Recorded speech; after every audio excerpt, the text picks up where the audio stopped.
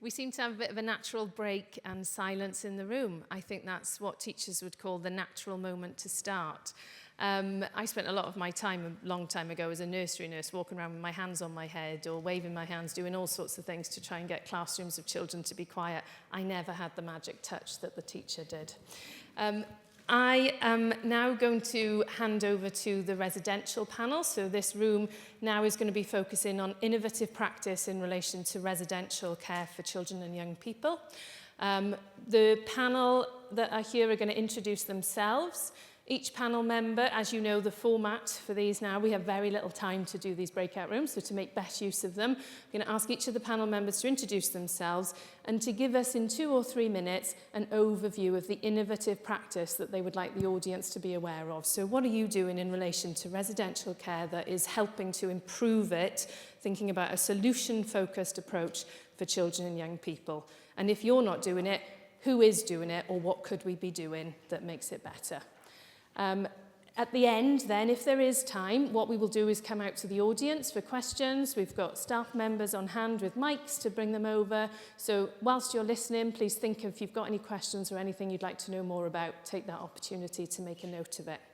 So let's make a start, and I'm going to hand over to Philip. Thank you. Thanks. My name is Phil Cass. I'm the Managing Director of an organisation called Homes to Inspire. We run 53, nearly 54 residential children's homes. We run 2 large supported accommodation services and 2 independent fostering agencies. We are part of a charity that's called Shore Trust. Shore Trust has its fingers in a lot of pies, including employability, supported internships, health, and return to work and disability services. And in terms of the innovation, our approach in Homes to Inspire is to try and deal with a shared risk challenge.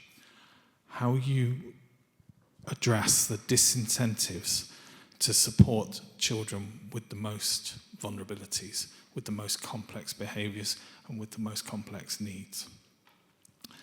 And we think that there are barriers for children's homes providers to work with children with the most complex needs. We think those barriers are financial, reputational, regulatory, and operational.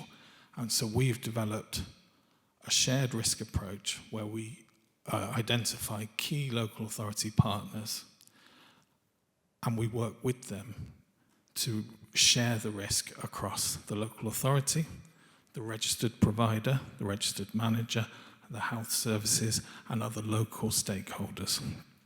And that partnership enables us to provide local homes for local children so that we don't have the most complex children scattered around the country, often in unregulated settings, or often the most complex children in the newest, least experienced staff teams. And I think the partnership with local authorities and local CAMs enables us to provide exclusivity to local authorities, so we can say to local authorities, you don't need to send your children across the country. We will work with you to develop a bespoke service, and as your needs change, we will adapt the children's homes to your needs so that we're not trying to do square pegs into round holes and vice versa. We'll change the service to you. So with that comes the piece about addressing the challenges that are inherent in a system that's based on a national spot purchase market. As I say, the most vulnerable children scattered around the country, to services that will take them. We've got a demand challenge, we've got a supply challenge as well, because the demand is in some parts of the country, the supply is in other parts of the country. We are supporting new commissioning models with local authorities, because I think that's where the key challenge is in how local authorities commission these services.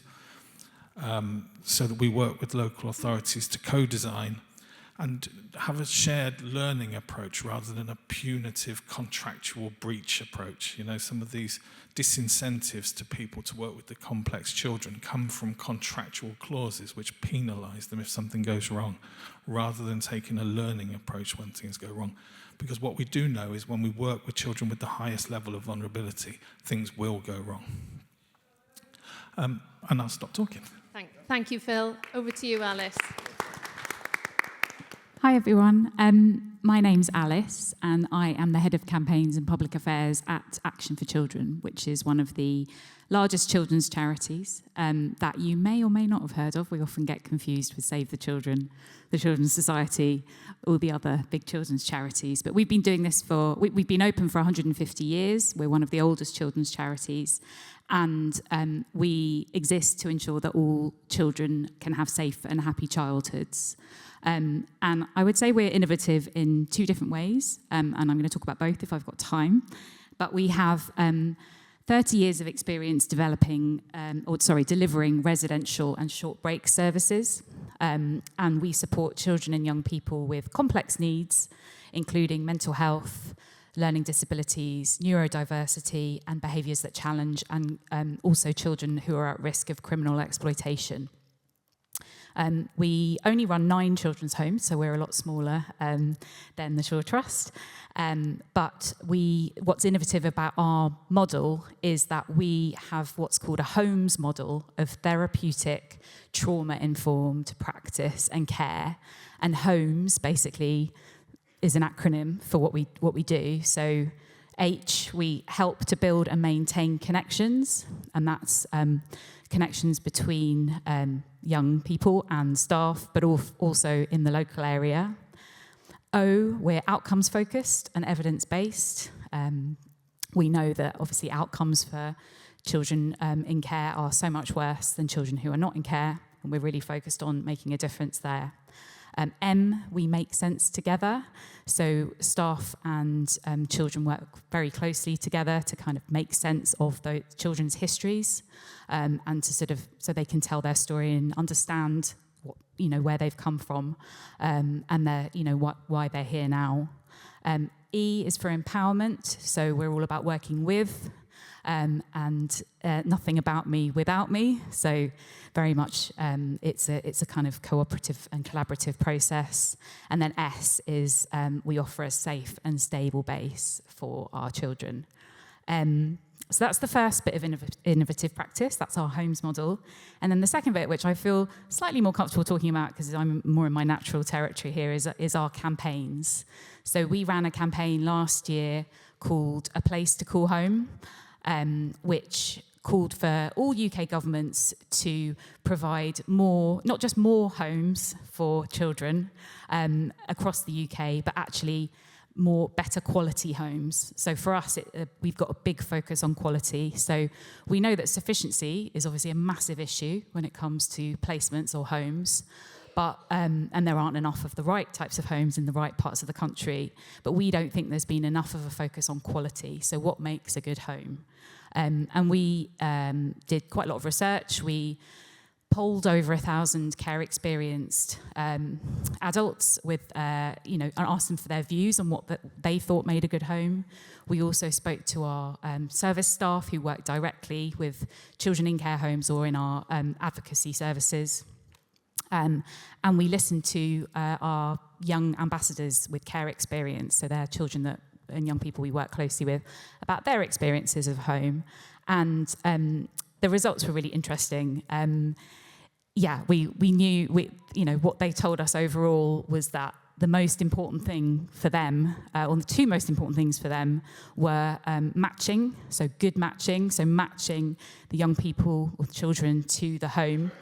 But unfortunately, that's undermined by the lack of sufficiency of homes, because you need a wide variety of homes to be able to match children appropriately, and then also, crucially, a positive ethos in each setting. And so much of that is around having really, really well-trained, well-supported staff. And unfortunately, a lot of that is undermined by the lack of staff in residential and fostering, or lack of carers, I should say.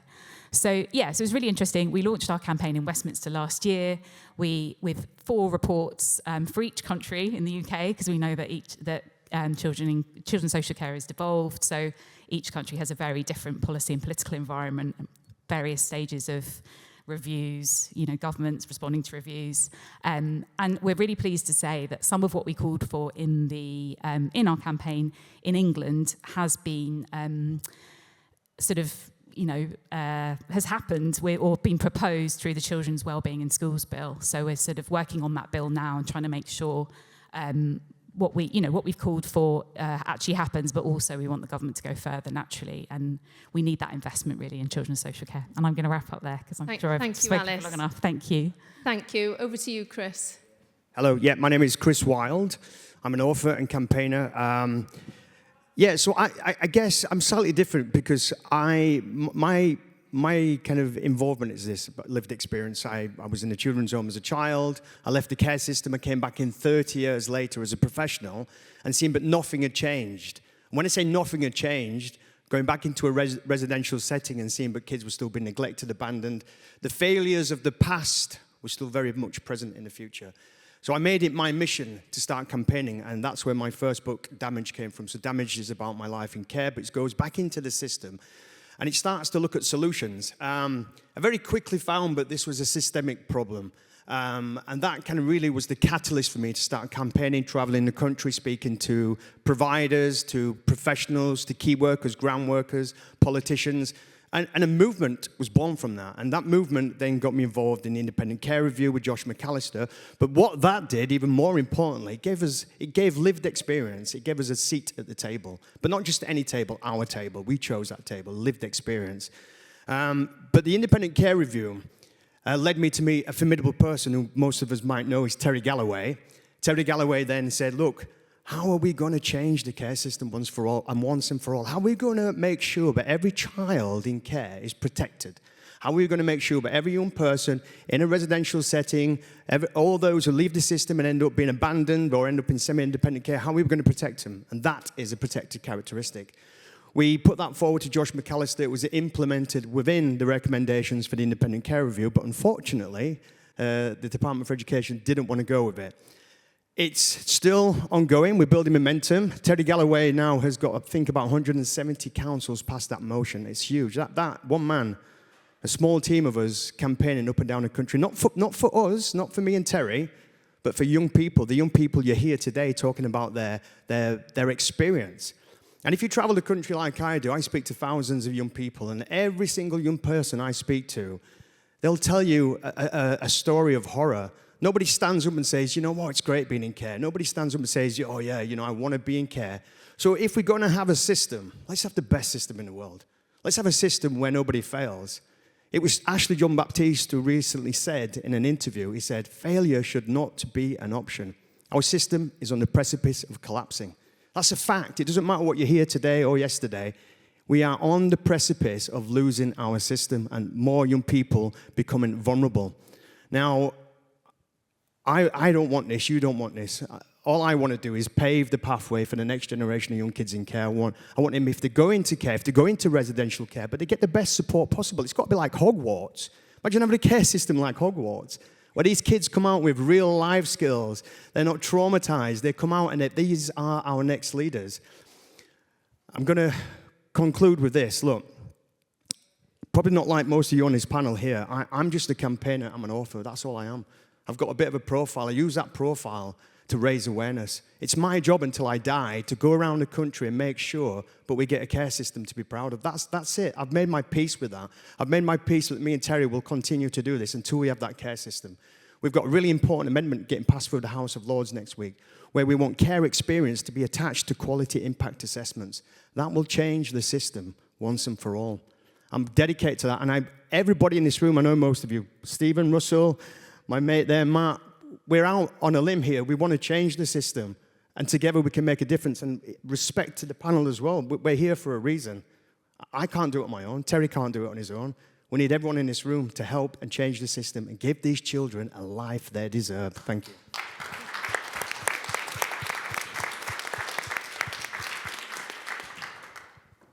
When I sat down, I had a choice to sit this side of Chris or that side, and clearly I went the wrong side, so following that is really hard. So, hello everyone, my name is Nick Cook. I am the Director of Young People Services at the Children's Society.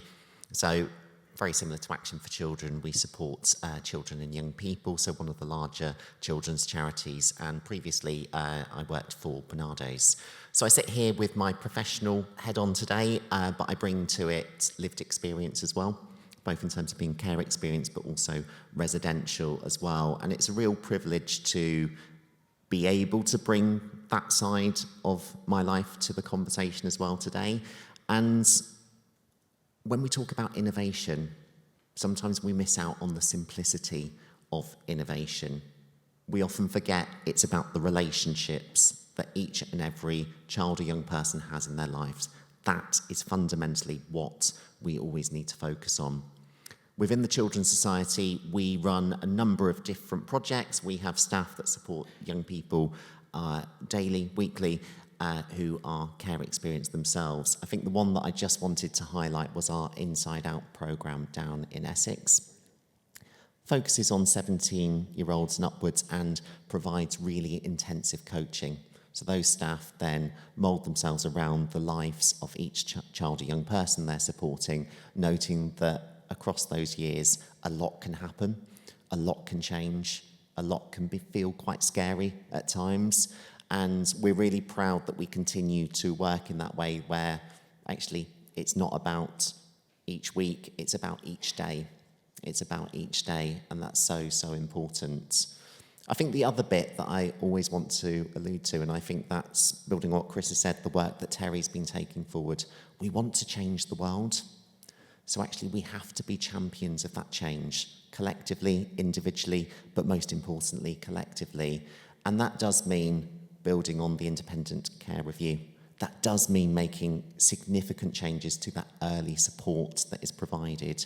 Because although we're here today talking about young people who will be in residential, we want a future where less young people go into residential. Where it's absolutely right, I don't want to distance myself from that, that is right, but we need to be really strong champions for change in the world.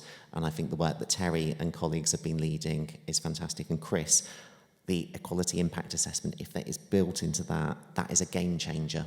That is a game changer as well. So as well as providing support to today's children and young people, it's thinking about how do we do even better for tomorrow's children and young people, those strong champions. So our policy work within the Children's Society, our research, our evaluation with our partners, because it should be a partnership, is so, so important. But my final point would be, coming back to what I said earlier, innovation is simple. Keep it simple. That's what children and young people tell us time and time again. We want them to go forward in their lives with good relationships, not to be independent, because, you know, I'm 30-something now and I struggle to be independent. My goodness, there are days where I struggle to do very basic tasks, but interdependence, where actually what we leave them with is a legacy of really good networks and relationships that will support them as they go through life.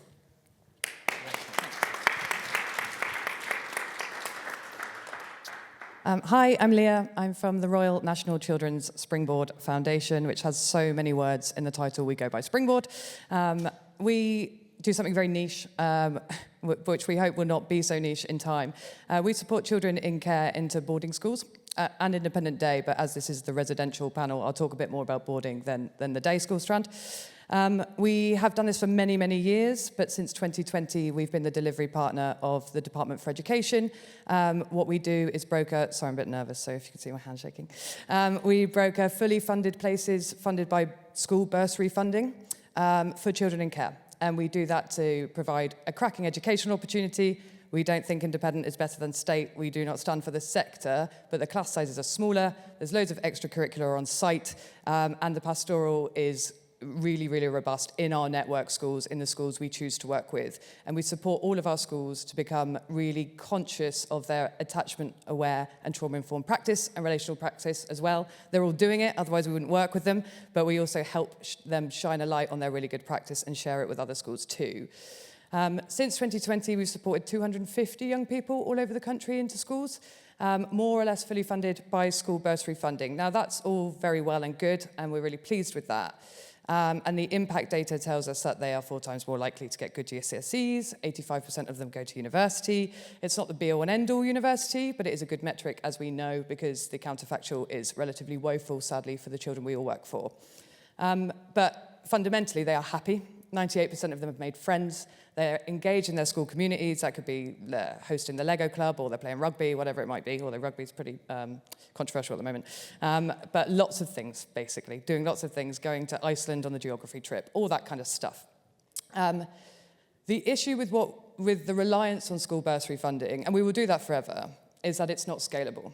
So where we are now, having done that for the last 4 years, 250 young people, is working really closely with local authorities and also the RCC, so the regional care cooperatives, to think about how do we see boarding in our sufficiency strategies? Why aren't we viewing it in a sufficiency strategies? And that's not because we want to line the coffers of independent schools. That's not what it's about. It's about another option, which actually is cheaper as well than the alternative, but about another option that could have excellent outcomes for children. And we are doing this in a few ways, really. I mean, just to talk about sufficiency, the word sufficiency, and anyone in the education session yesterday would have heard me say that. I would love us to be talking abundancy.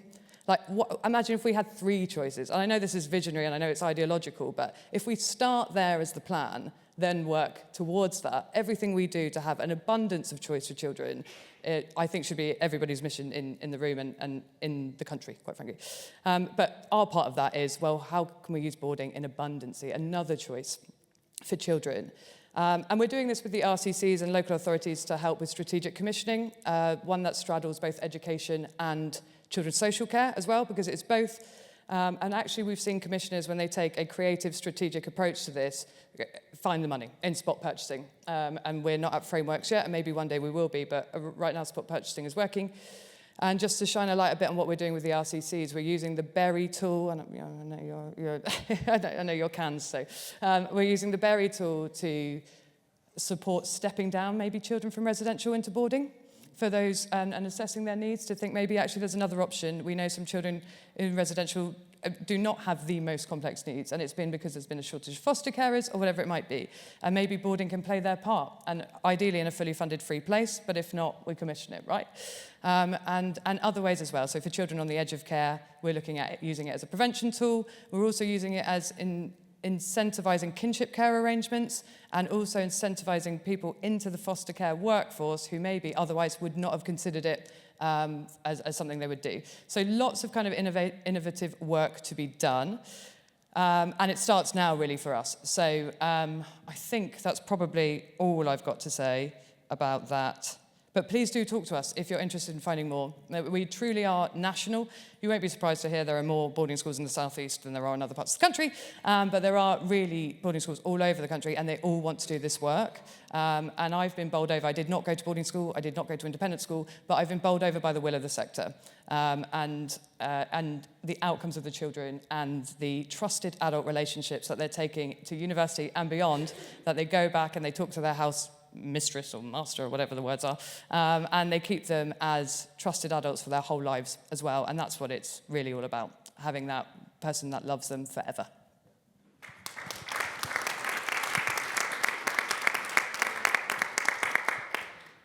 Thank you very much. My name is Dr. Mark Kerr. I'm the CEO of the Children's Home Association. We are the membership body for children's homes across England and Wales, looking at Scotland soon, hopefully. And yeah, my journey till now, and I also see things potentially slightly different in terms of that. I think that there are opportunities now, and the landscape is probably better than it's ever been for whole system reform. It's been quite a cathartic journey for me. I was in children's homes myself, and went to boarding school for a while. Didn't work for me, but that's not against the boarding school. But obviously my journey has brought me here, and I did four degrees in this space, including my PhD, and my PhD with evidence-based policy, the case of looked after children. So I've had a chance to look very close up. I started in Bernardo's archives and worked up to the present day, and then looked at our policies. And somehow my career has navigated me to the top of the tree in terms of the residential sector. Don't know how I blagged it, but I did. So our work generally is around working with civil servants, the regulator, local authorities, and the residential sector. We're a broad church. We have Action for Children, our members, Bernardo's, and then local authorities and the for-profit sector. So it is a mixed economy. I spent the last 2.5 years very much immersed with civil servants and regulators looking at, okay, how are we going to reconfigure the sector to meet the sufficiency demands that are there. And whilst I'm a supporter of innovation, there's a great quote by a guy called Chris Hyland who wrote about kind of borstalls and early residential care. Whereas residential care has been lost for a while, it does have a very rich history in England, therapeutic communities that are envied around the world. Because Hyland says our obsession with the innovation and the new casts aside the wisdom of the past. And we know how to meet the needs of a lot of these kind of challenging children that currently can't get placements because there has been a sector market failure. And I say that because we can't get the right placements for children. But the glimmers of hope for me are around the changes and the reconfiguring that I'm in the middle of with government. We've got new alternative forms of provision to try and address the shockingly escalation of deprivation of liberty orders. We are looking at a series of events of reimagining residential. Residential care has lost its way, but make no bones about it. In the late 80s and early 90s, where everybody withdrew from residential because of scandals, including local authorities and charities, it's been lost for a while. What is the purpose of residential? We need to come right back to the beginning. What is the purpose of residential? And sometimes it may be counterintuitive that me, as the CEO of the National Body for Children's Homes, says we don't need more children's homes. I believe that every child should have the opportunity to live in a family environment. So what is the purpose of residential? How does residential achieve that? And how does residential support local authorities to keep kids out of care? What is that place? And that's what we need to focus on. For local authorities, it is not sustainable. We can be aspirational. I celebrate all of the extra kind of announcements for staying close and extra care leave entitlements. Fantastic. But the problem is the government never normally sends enough money in the cheque to local authorities. So setting at local authorities often up to fail. So tinkering around the edges around fees and around kind of how much certain placements cost is not going to solve local authorities' budgets. We need less kids in care, and I'm quite happy to say that. So our contribution is going to be later this year. We're going to do a series of events, reimagining residential. Our focus is on resetting the narrative around children's homes, better kind of perception of it by the public, by local authorities, by all stakeholders, responding to need. There's too many kids not getting placements. There's too many kids, despite all the regulation, we've still got 750 odd kids in unregulated provision. That's not okay. We've still got another kind of, we don't know how many kids that should be in children's homes that are in semi-independent and supported. Because my journey has always been what works for which children, when and where. That's been my goal. Boarding school didn't work for me at that point. So we're also rolling out something called the Child and Adolescent Needs and Strengths Assessment across the sector, strengths being the operative word. We need strength-based practice. We need residential use in a task-focused way, hopefully to get kids into family placements or back home. So that's our contribution towards innovation to try and get the right placement for the right child at the right time. Thanks.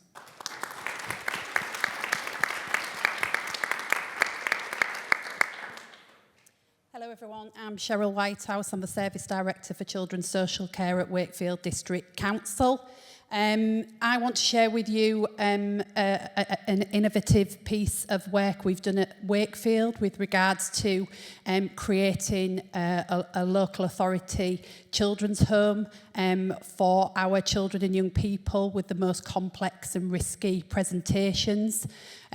This home is for children who are subject to deprivation of liberty orders and is used to prevent children from escalating to Tier 4 mental health beds, and is also used by health to be able to step down children and young people in Tier 4 mental health beds back into a home, basically.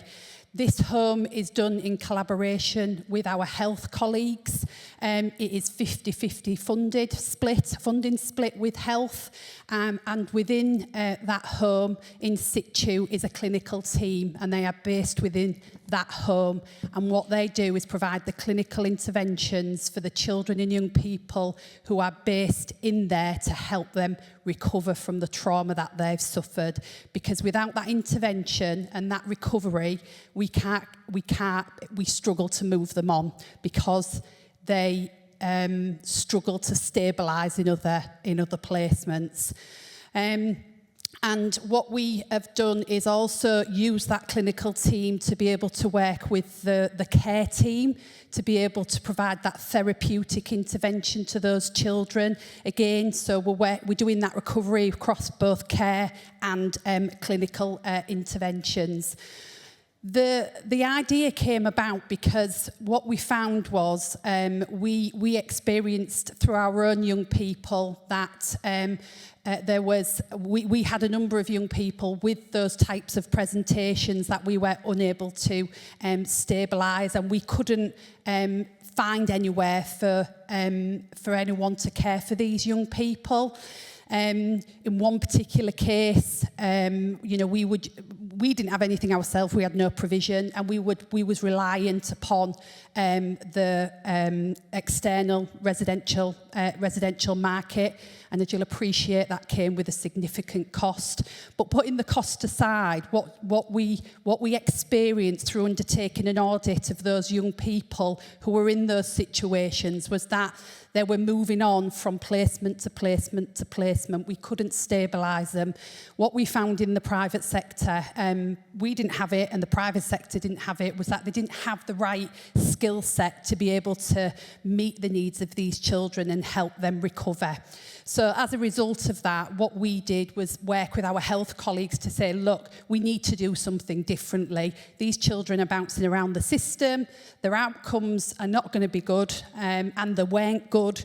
They'd be moved from different authority to authority, and therefore it was a status again syndrome, because they'd have to go onto the CAMS list in the area that they was in, but because they wouldn't stabilise. And I think my esteemed colleague at the start was saying about the reputational impact on residential providers looking after these children with those complex and risky presentations from the regulatory point of view. There wasn't that stickability with those children, which meant they moved around, they bounced around the system. So we had to stop and take check and say, look, what we're going to do differently. And we needed to reinvest what we were spending privately to private providers in our own estate to be able to meet the needs of these young people and basically improve their outcomes. For us, it was ultimately about the outcomes for them. Health weren't intervening because they were bouncing around the system, and we didn't have the skill set in the care to be able to meet their needs. What we did, we worked with health to be able to say, look, if you don't work with us in partnership with this, ultimately at 18 it becomes your problem, because they'll be in an adult mental health bed. So from a health point of view, you need to be thinking across the system, your wider system, to say, look, if we intervene earlier and do something different earlier, that's going to reduce impact on the system, on the wider system, health system, as obviously they get to adulthood.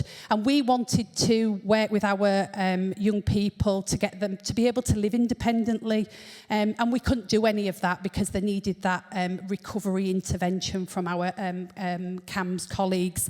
And there lies the creation of our home in Wakefield, which specifically focuses on children with complex and risky presentations. I'm going to hand you over to Sam, because Sam is the head of service who oversees that home, and she can talk about the impact that it's had for the children that have been in that provision.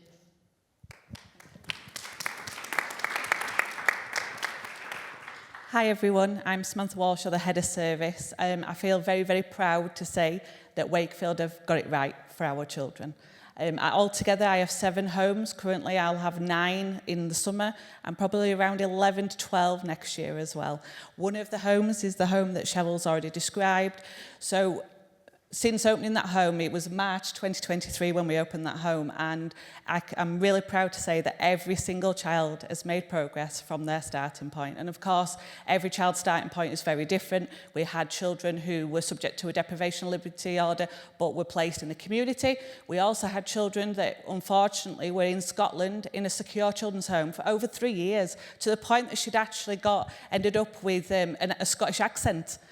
So we were able to bring her home, and we were so proud, and it wasn't without its challenge. We did have to be brave, we did have to be resilient, we had to be with our children through their darkest days, but celebrate every single achievement that they had. And then we are so proud then to continue to be with them throughout their life. Ofsted inspected us in January. They said, Sam, you've created a family around every single child. And I'm so proud, because that's what every child needs. We need to focus on love-led practice. I know Stephen's here, so I do have to, a big shout out to Stephen. I love the saying, be the power of one. What I would say is, I know I'm the power of one for many children, and I'm honoured to be part of their journey. Are you the power of one for a child? And if you're not, ask why not. Why can't you be? Who can you be there for? I know my legacy is that many children see me as a cheerleader. You know, I'm there on the sidelines watching every step of the way, and that's what every child needs. So be the difference. You can be. It's not rocket science. Don't overcomplicate it. Be there for our children. Provide stability. That's what we've done. We've had no placement disruptions. Every child's risk has reduced. They've been able to live and return home to Wakefield and stay at home, and be supported by those that really, really matter. So we're just very, very proud, and thank you. Thank you. Okay, it's over to you in the room now. So you've heard the examples of innovative practice. Is there anybody that you'd like to ask a question to, know more about, or just any reflections on what you've heard? We've got Bethany with a mic there. We've got Claire with a mic here. We've got 10 minutes. I could sing otherwise, but it won't go down well. There we go. Thank you. Gentleman then, blue, Bethany, and then we've got a question at the back. Claire, could you go there? Thank you. Sam, I run a number of children's homes as well, and one of the biggest challenges we have is recruiting quality staff who could make a difference for young people. The second hardest thing is retaining them staff. So have you got any ideas what you do to retain the quality staff? Anybody on the panel got thoughts on that? Did you want to go? Is that okay? Yeah. So we really invest in our staff. We create a family from our staff team to then provide family for our children. So again, that involves connection, responsibility, commitment, dedication, but we also give back in terms of training.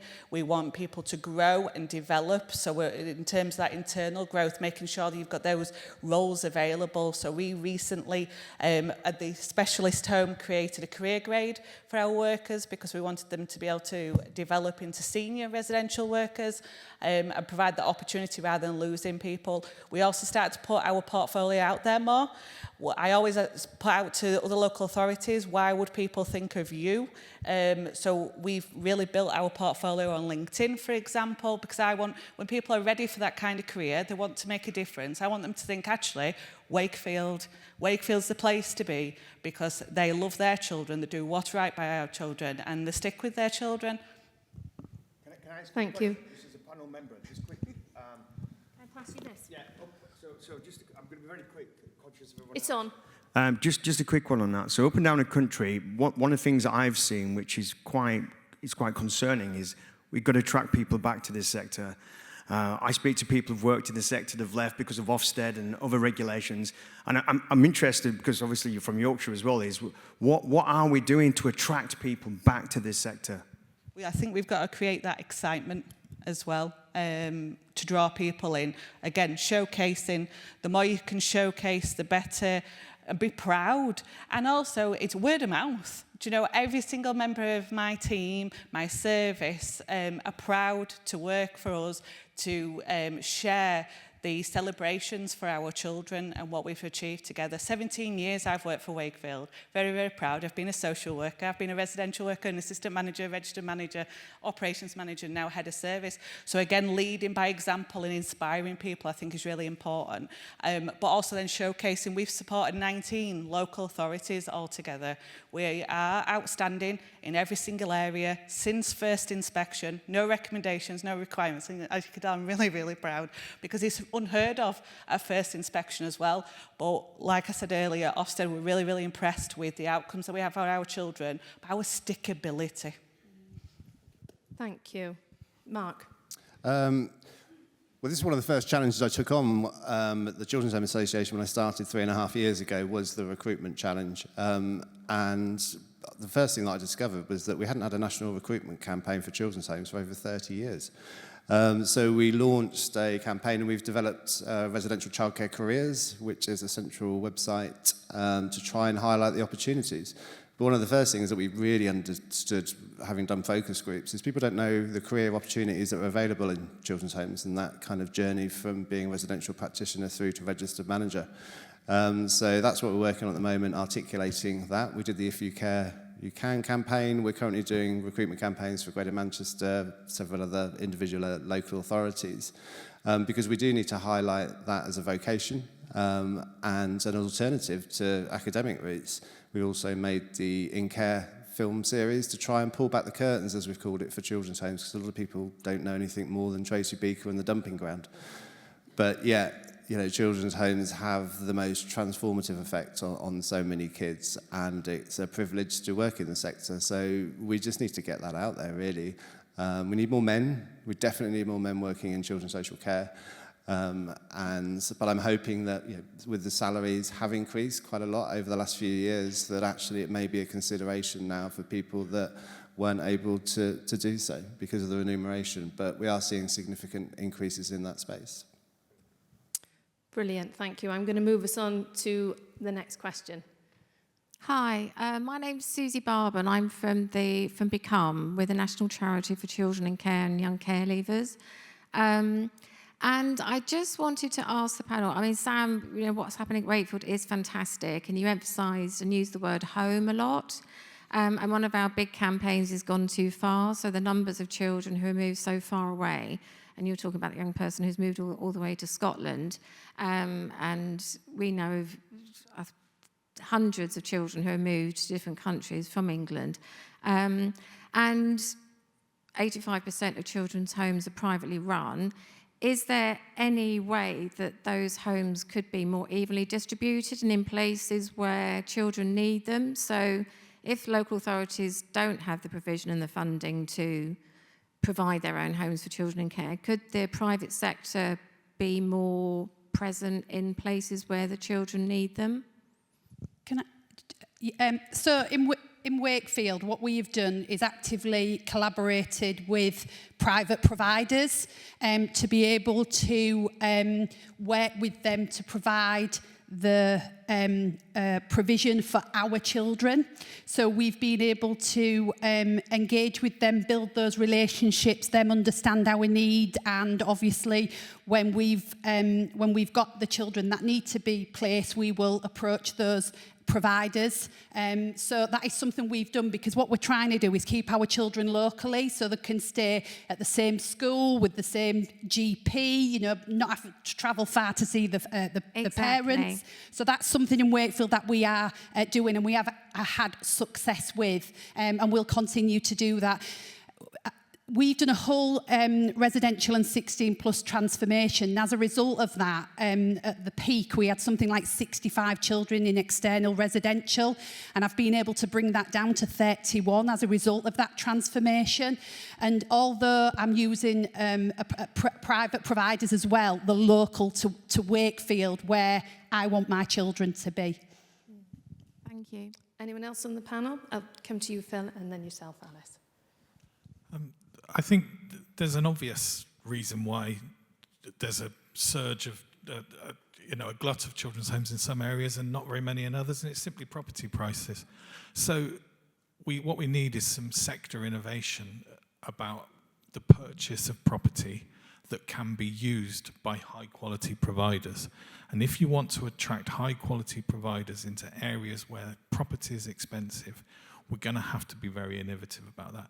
We know there's social value investors out there, and we have to go to a social value investor with a model that works for them, where they own a property and they allow a good quality provider to operate a service from that property.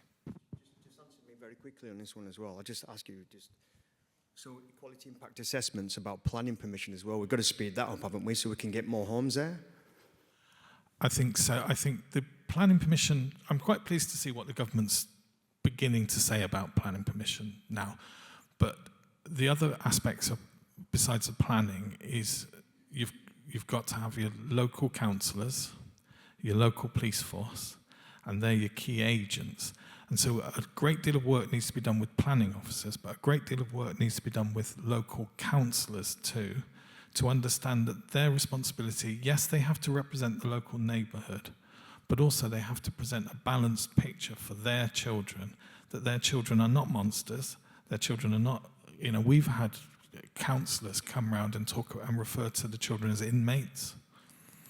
We've had counsellors who voted in the council chamber to say we need more children's homes, and then voted against the children's home that's in their area when it came to be built. So there's a huge amount of work to be done there. But planning, regulatory stuff, and the local police forces as well, who, when you work with a local police force that understands the needs of their children, these are their children in their police force, they're a joy to work with. When local police forces see these children as something that is problematic and needs to be shifted somewhere else, then you often get these oppositional police officers. And so some input, some training, some guidance for those too, and some support to purchase properties. Thank you. Alice?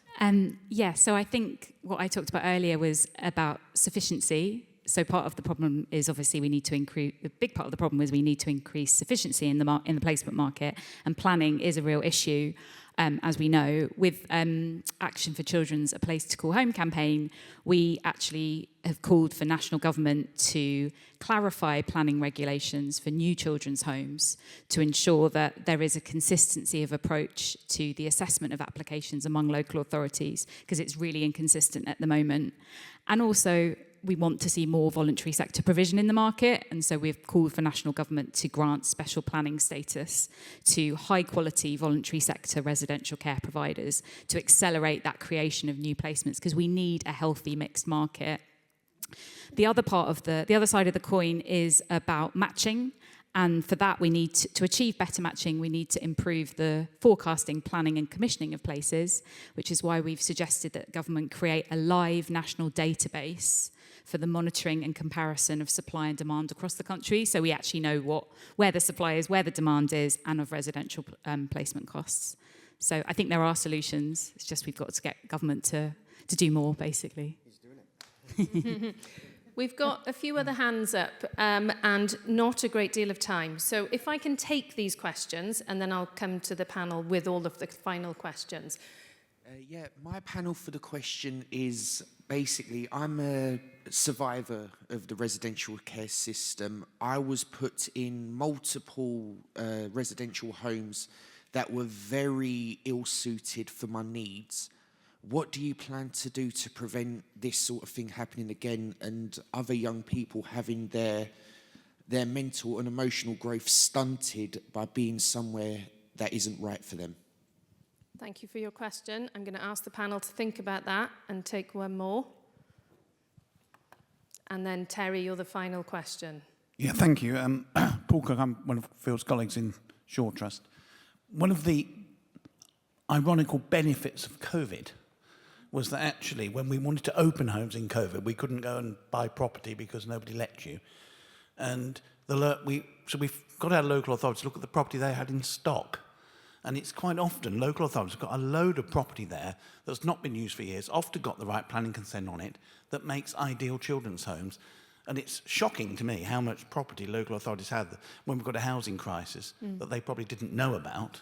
and could utilise them. Phil will tell you we've opened a number of homes in perfectly safe locations in a speedy manner. So I'd ask all local authorities, go and look at your own housing stock and see what you've got. Thank you. Really good point. And Terry, last question to you, and then we'll come to the panel for their responses. Yeah, it's on the planning side. MHCLG seems to be oblivious to the fact that half the country planning departments allow children's homes without planning, and half need planning. The Ofsted, obviously, when you register a children's home, you have to demonstrate that you have planning, so that then leads to a certificate of lawfulness. So that just needs to be sorted out, really, and some statutory guidance to really clarify it is the right thing to do. In terms of sufficiency, a couple of councils I'm working with at the moment that have passed the motion for protected characteristics. We've done an equality impact assessment on Section 106, Community Infrastructure Levy, and what's come out of that is a supplementary planning document, which when developers are developing within that area, the Section 106 agreements can be kind of hung on that. And we're looking at things like developers extending foster parents' houses so that they can foster more, and jobs programmes coming from the developers, and affordable housing, shared ownership for care leavers. Why do care leavers have to go into social housing? Why can't they buy their own housing if they, if there's a good journey coming through care and they've got a job, and why can't they buy their own house? So all this stuff can hang on that Section 106 and Community Infrastructure Levy.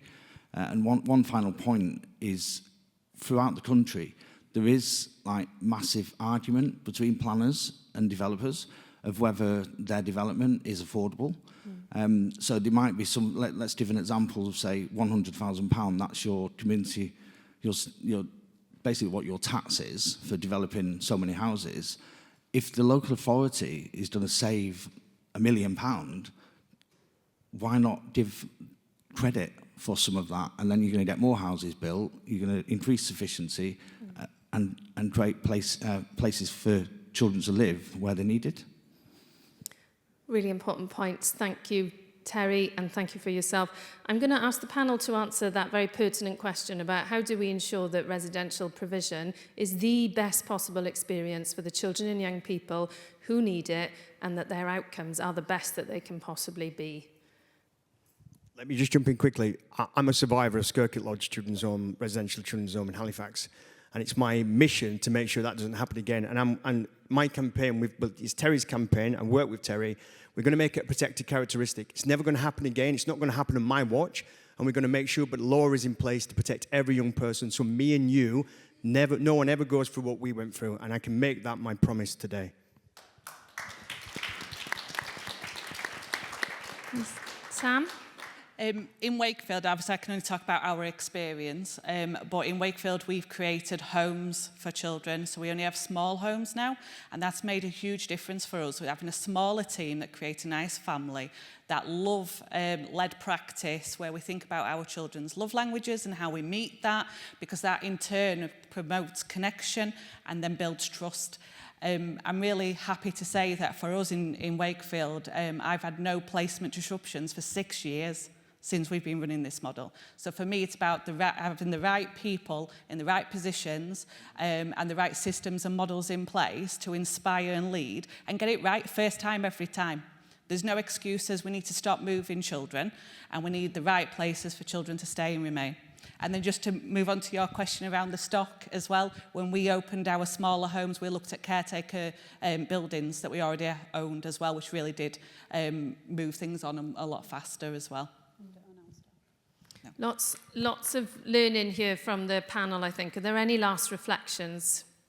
Mark? I think a lot of the concerns that there are actually genuinely solutions being worked on in terms of detail. There is a plan for planning. There is new forms of provision going through that hopefully will ensure that we have much more choice for the right placement at the right time for the right child, and also the better assessment, that trying to make sure that that placement is right for that child or young person at that time. So, yeah, maybe I'm the only one optimistic, but I do think that current legislative and statutory changes, particularly around the registration of children's homes, there's going to be new powers for Ofsted, one, to shut children's homes down, and two, to deny registration because there's already a surplus of homes. So I think that there is solutions on the way. Anyone else? Nick? I think for me, there's something around building on what colleagues on the panel have said is this visible or invisible cliff edge, 18, 21, 25.